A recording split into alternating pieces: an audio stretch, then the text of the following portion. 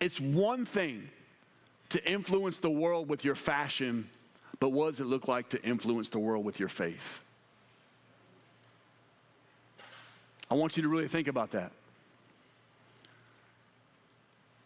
Because if you gain all the followers, you gain all the influence because, you have the looks, you got the dance down, you got whatever it is that culture tells you got to have the influence, but you really don't, what are you really making a difference for? What is your brand? You ever ask yourself that question? Like, what am I known for?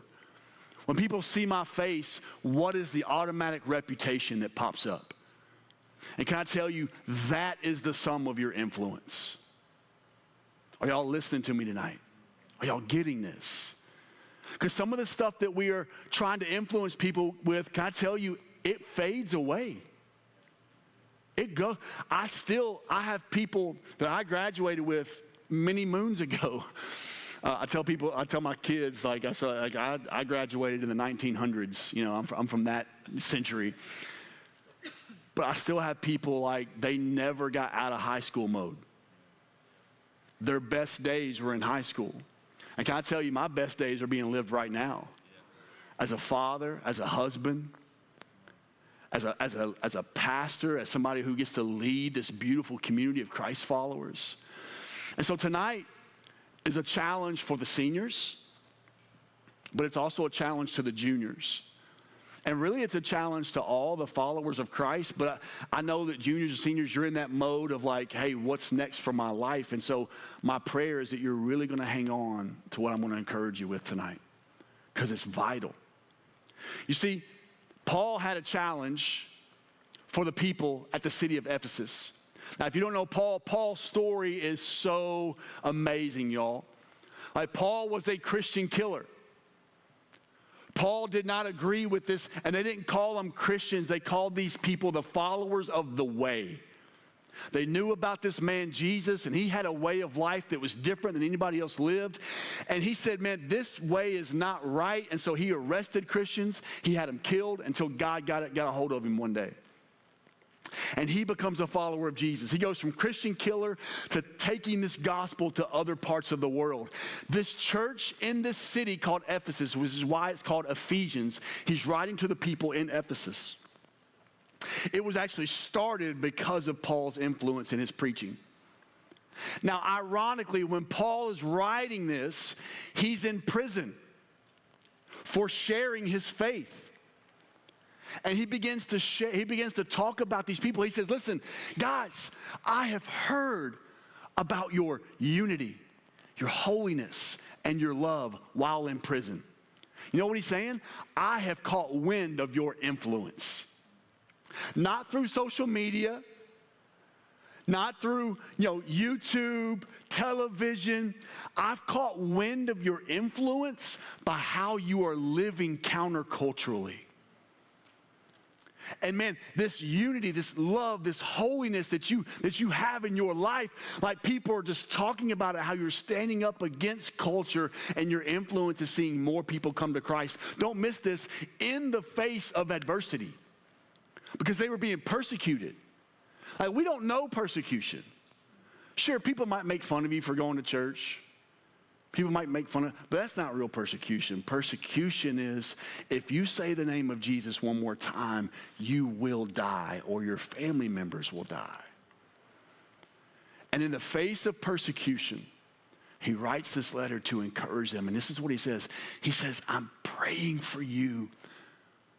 And he prays three specific things that he wants. And that's my challenge. I am praying three specific things for our juniors and seniors, but really any follower of Jesus in the room, but especially our juniors and seniors tonight.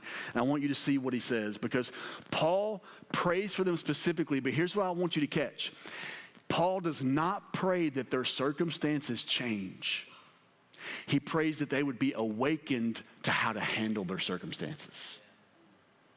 Because seniors, juniors, you're about to enter into a new season of life where you're going to have a new set of problems, a new set of circumstances. Not that you haven't faced problems before or any issues like that, But now, adults, parents, can we agree like they're about to face new challenges? And it's going to be real easy to wish that, man, you didn't have to go through that, Emma, or that you didn't have to go through that, Maverick. But even more importantly, how do we equip you to walk through those things? And so look what he says in Ephesians 1:16 again. He says, I have not stopped thanking God for you. I pray for you constantly. Adults, parents, can I tell you, if you're not praying for your kids and these students constantly, then what are we doing? He says, asking God, the glorious Father of our Lord Jesus Christ, to give you spiritual wisdom and insight so that you might grow in your knowledge of God. Check this out. I pray that your hearts will be flooded with light. Can you get a mental picture of that? Like a light just boom, beaming into your heart. In other words, he's saying, I'm praying that you get awakened to something. That your heart would be just lit up with this truth and this knowledge about who God is and the truth about your circumstance. Because can we be honest? If I'm Friedrich Van Boldelswing, you're sitting there going like, man, God, where are you in the midst of all this darkness? I'm trying to hold on to this hospital. I'm trying to protect people from being murdered. And like we're getting bombed. In fact, the year that the war ended, Van Boldelswing died. They said he died of exhaustion trying to save the sick and the less fortunate. And how do we navigate this? Because here's what I want you to know, and this is my prayer for you tonight, is that God would awaken you to his presence and power as you walk through life's problems. Not that our problems are going to disappear always, but how am I enlightened? How is my heart flooded with this light that God is powerful in the midst of what I'm walking through? In this next season of my life. Are y'all with me tonight? And so check this out. If you're going to be a kingdom influencer, you need to wake up to these three realizations tonight. One is the hope. You need to wake up to the hope. Now look what he says in verse 18 again. He says, I pray that your hearts will be flooded with light. Why? So that you can understand the confident what? Everybody say it. Everybody say it. He has given to those he called his holy people who are his rich and glorious inheritance. It's this hope. You see, if you're a follower of Jesus, your hope is not in the things that the world puts their hope in. Can I tell you there are three main categories that the world will tell you need to put your hope in? And that is sex, money, and power. And when you put your hope in those things, they will lead to destruction. I promise you that. We're going to break that down tonight. But most of us, that's where we would put our hope, is in the things that we think are going to make us happy. Can I tell you, none of those things that I just mentioned will stop cancer. None of those things that I just mentioned will prevent death. None of those things that I mentioned will stop wars or end poverty. In fact, it will add to the problem.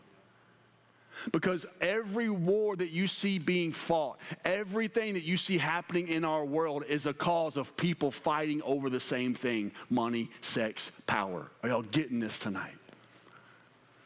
So let me give you the definition of hope. Hope is the conviction that my current circumstances do not determine the meaning of my life.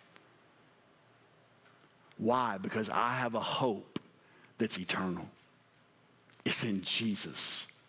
And when my hope is in Jesus, my current circumstances cannot change my eternal hope. Can I tell you, there have been so many quote unquote influencers, billionaires, guys, who have taken their own lives. Anybody ever heard of Kate Spade? Some of you, maybe you like her line of purses or whatever. Seemingly has it all, or had it all. Took her own life. The very thing that she thought would bring joy to her life, the very thing, once I obtain riches, obtain fame, obtain influence. Some of you right now, maybe you're in middle school, or maybe you're a sophomore or a freshman, and you feel like you're at the bottom of the totem pole. Can I tell you, maturity and puberty will even things out. I promise you that. Because some of the people that y'all are like, oh my gosh, you ugly. And when they're 40, they're going to look dang fine. They're going to look better than you. And you're going to look back and be like, dang, I probably should have waited till it hit puberty before I said something. But can I tell you, you're making a judgment call in a small season of your life according to your future. And so right now, if you're like, man, people call me nerd, people call me whatever because I pay attention to school, I'm not athletic, don't worry, one day they'll call you boss. Okay? So hang in there. But look, Anthony Bourdain, anybody ever heard of Anthony Bourdain? Famous TV star, had his own show, took his own life. Then you have musicians. From my day, you had Kurt Cobain, lead singer of Nirvana, 27 years old, decided life. I mean, seemingly, in our minds, you would be like, bro, you made it. You're rich. Most influential band of our era. In the night, I mean, introduced the grunge scene. Every dude, and when I was in 7th, 8th grade, you had, even if you couldn't skateboard, you had a skateboard. And you wore flannel and holy jeans.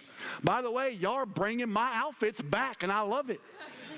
Because now I can be a high schooler again and still look like I'm relevant. Because we had it first. Dadgummit. So listen, Chris Cornell. Maybe you don't know that name. He's lead singer of a band called Soundgarden. Took his life. Maybe a little bit more relevant to you guys, Linkin Park lead singer Chester Bennington took their own life. I'm telling you, when you put your hope in the things that the world says will bring satisfaction, it's going to lead to destruction. Number 2, what we see Paul talk about is the church. The church. I love this and how he finishes verse 18. Let's go back to verse 18 again.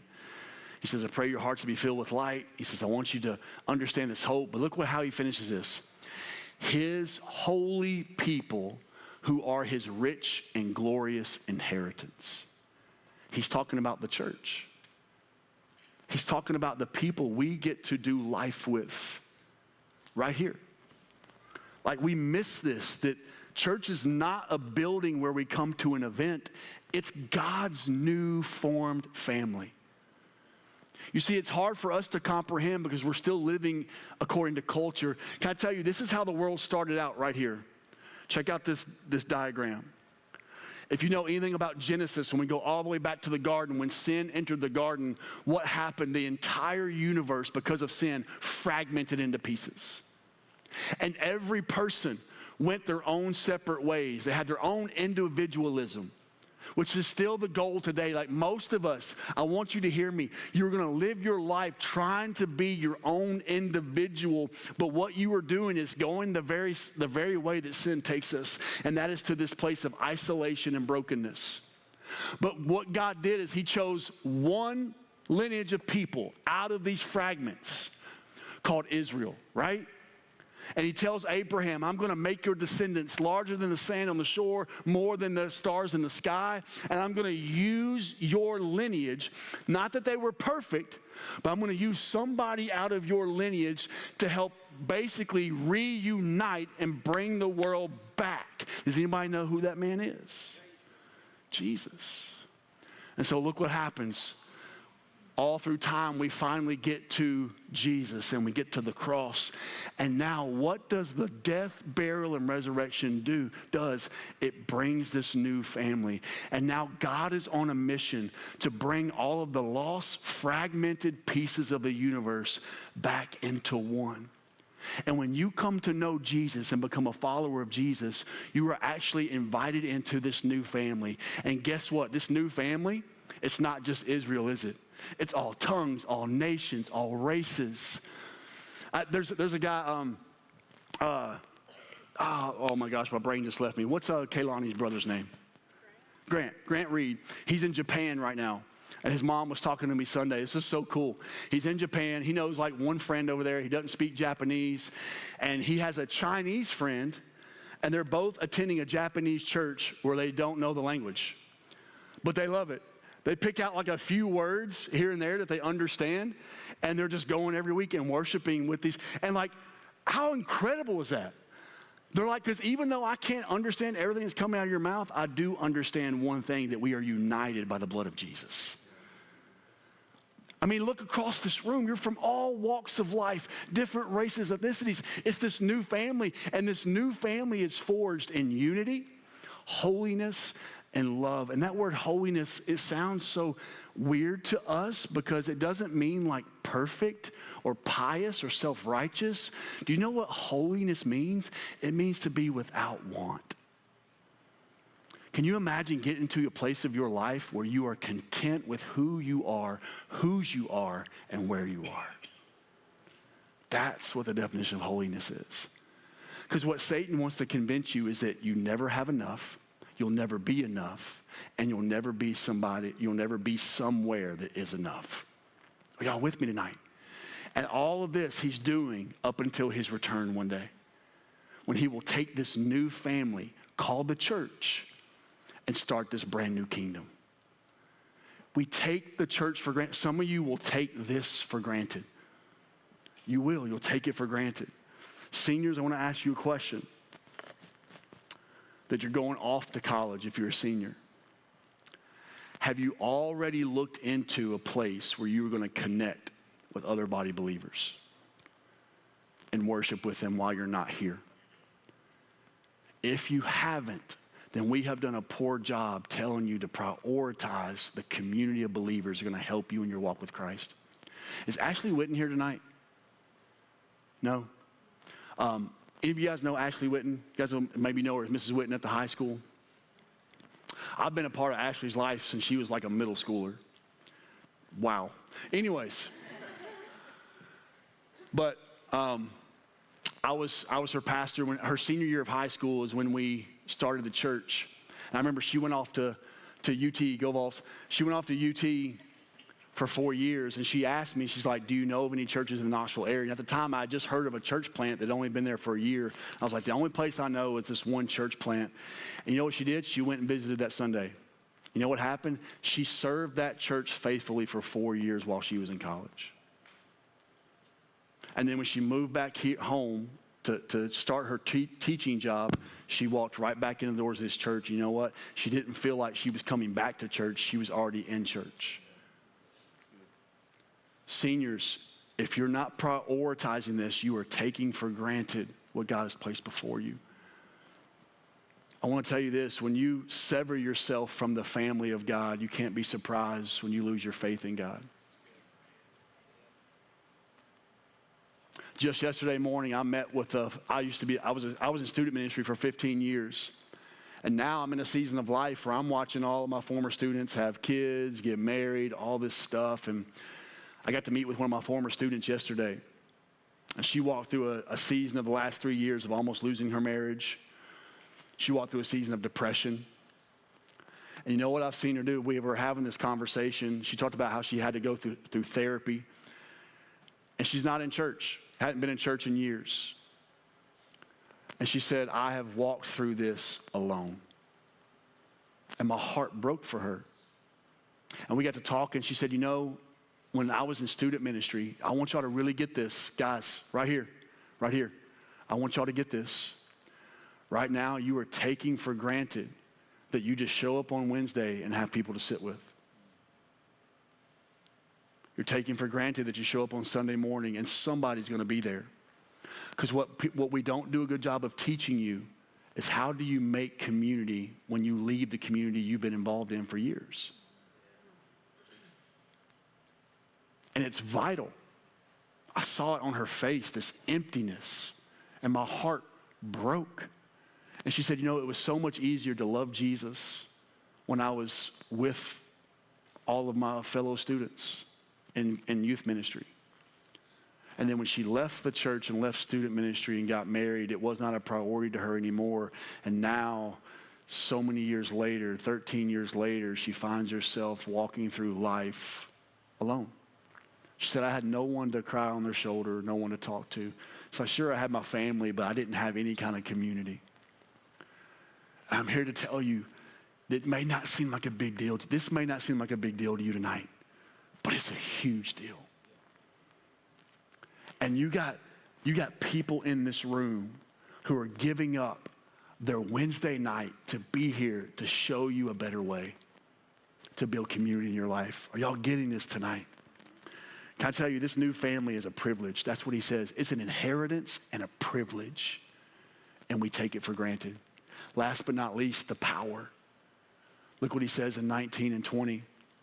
He says, I also pray that you will understand the incredible greatness of God's power for us who believe in him. This is the same mighty power that raised Christ from the dead and seated him in the place of honor at God's right hand in the heavenly realms.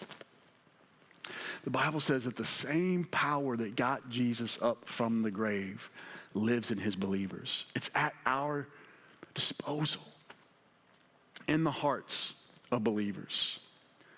When I say the word power, what do we often think of? Strong arming, oppression, leading, right? Being above. He says that's not the kind of power I'm talking about. I'm talking about the kind of power, don't miss this, because this is resurrection power. When Jesus was on the cross, he took all of our sin, all of our shame, all of our guilt, and he absorbed it into his body through his suffering. And when he was placed in the grave, he took all of that with him. And when he got up, he won the victory over your sin, over your shame, over your guilt. And he says, you can now live in that freedom. Can I tell you the kind of power I'm talking about tonight? The power you have available to you is the power to take generational curses and reverse them. Maybe you've grown up in abuse, dysfunction, abandonment. The power to take toxic environments and turn them into environments of love. To take selfishness and turn it into servanthood. You go from death to life. That is kingdom influence. Can I tell you right now, listen guys, because I get it. Right now you're just kind of closed off to some of this because you're angry, you're bitter, whatever it may be. But can I tell you, we were talking about this the other night, Kyle, that we are here trying to prevent you from walking through unpacking this in your 30s. Because some of you, can I tell you, some of you are, man, you're PO'd because your dad's been out of the scene. You're PO'd because of divorce. You're PO'd because of addiction that runs through your family. You're PO'd because of the dysfunction, all of this stuff. But what I want to tell you is that if you don't hit it head on right now, you are going to become the thing that you hate. And you will be in your 30s trying to figure out, how do I go see my kids that I haven't seen in years because I haven't been the father that I need to be? Because you became the abandoner. You became the one addicted. Guys, you have the power to overcome addiction. You have the power to break chains. You have the power to break generational curses. That power lives in you. I'm living proof. I grew up every day coming home from second and third grade wondering which piece of the household I was going to get beat with. Which husband, my mother went through 7 husbands, and which one of those was going to be the one to end up taking my mother's life or taking my life? I'm here to tell you, I did not get up here today because I became some sort of social media influencer. I'm up here today because the same power that got Jesus out of the grave got me out of that same pit.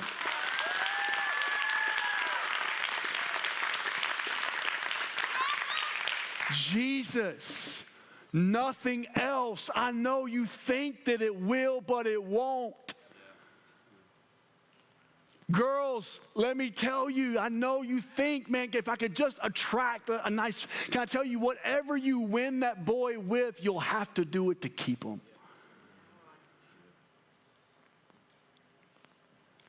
You're looking, you're broken, and in your brokenness, you are running to all the things that the world tells you where your hope lies, and it's not there. Can I tell you, these 3 awakenings, the hope, the church, and the power, they are vital for kingdom influencers. But there's one last question I want you to wrestle with. Which kingdom are you under the influence of?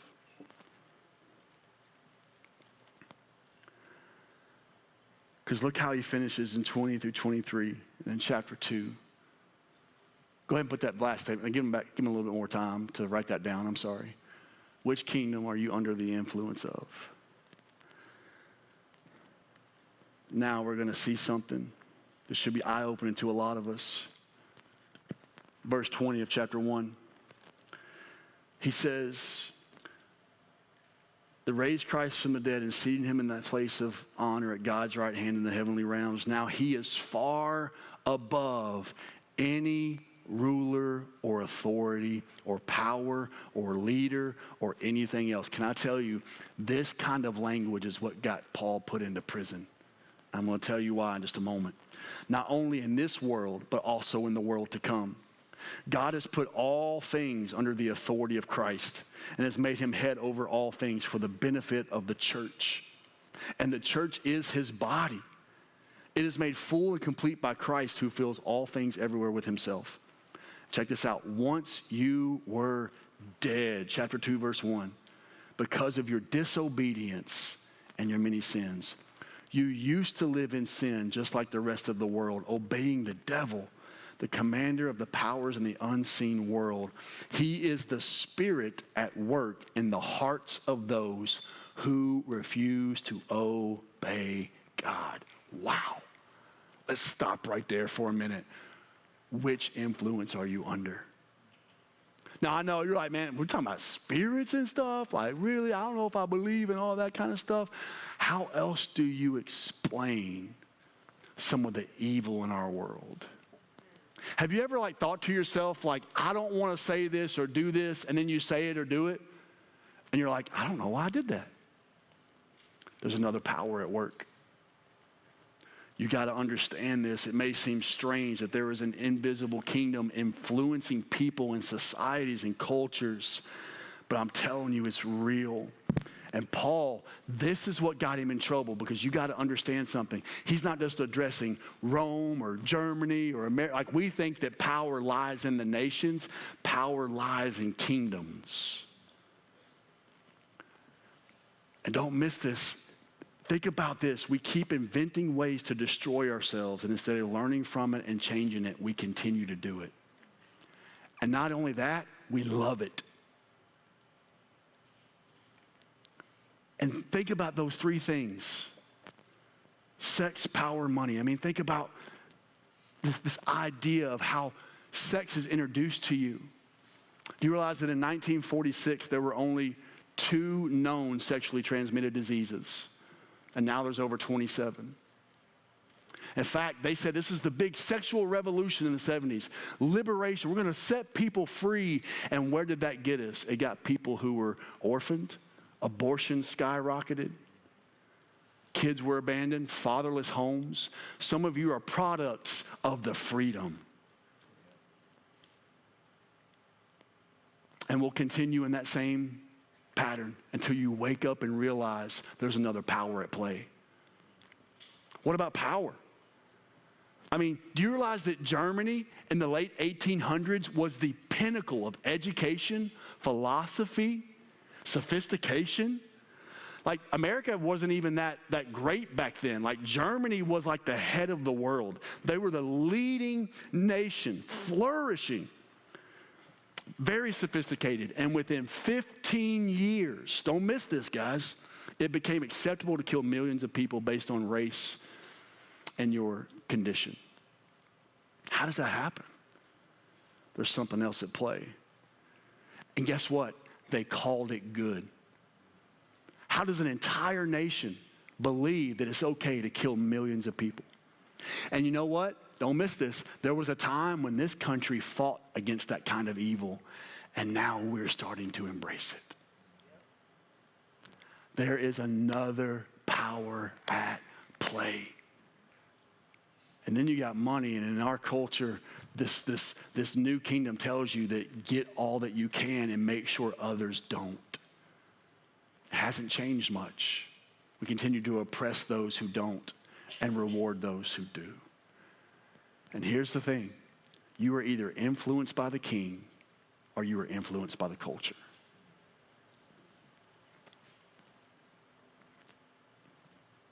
One leads to deception and destruction. The other leads to life. So which is it? Which is it? You know, as the band comes on out to play, tonight I want you to wrestle with something. I really want you to wrestle who you are influenced by and how are you influencing. Are you a kingdom influencer? You know, I think about Boulder Swing and how he was able to stand in the face of terror. Do you know why? I mean, think about this. Very few in the German culture did. They just accepted what was handed down to them. Because he said this. He said, you may have convinced culture that this is okay, but not in this kingdom.